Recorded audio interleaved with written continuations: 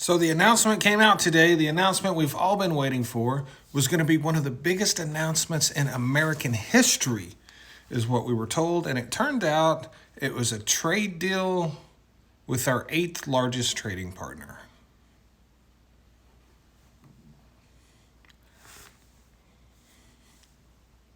You know, and of course, trade deals with any country are good.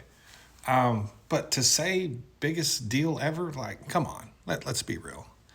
But the real question I have, because everyone is saying, see, tariffs work, see, tariffs work.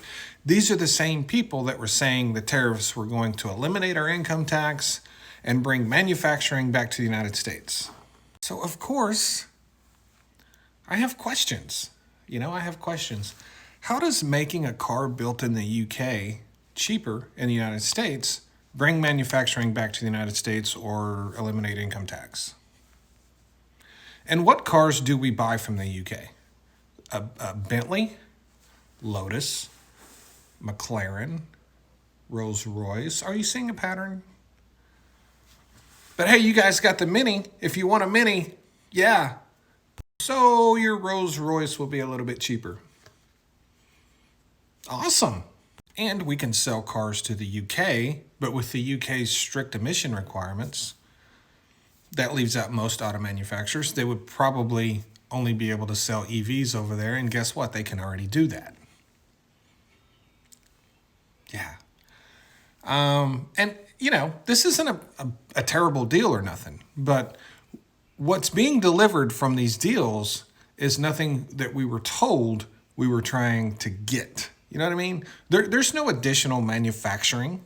There's no additional jobs. There's certainly no elimination of income taxes in this deal. And if this deal is the foundation for all future deals, there won't be any of that in future deals either.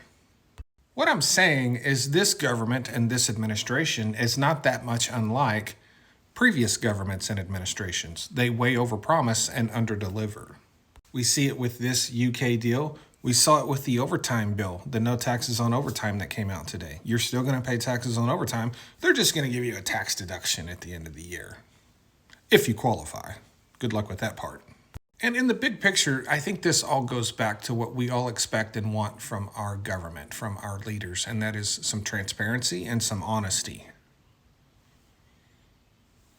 And like I said, it's not that this is a bad deal. It's not a bad deal. It's just, this isn't what we were told. This isn't what we were promised. This isn't what we, crashed the economy for. Well, the economy hasn't crashed yet, but they say it's going to. That's yet to be decided.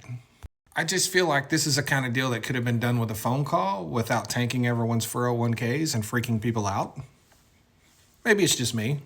And I feel like this whole huge spectacle was made to reach a trade deal that's just an average, everyday, ho-hum type of deal. Like it doesn't meet the hype. Thanks.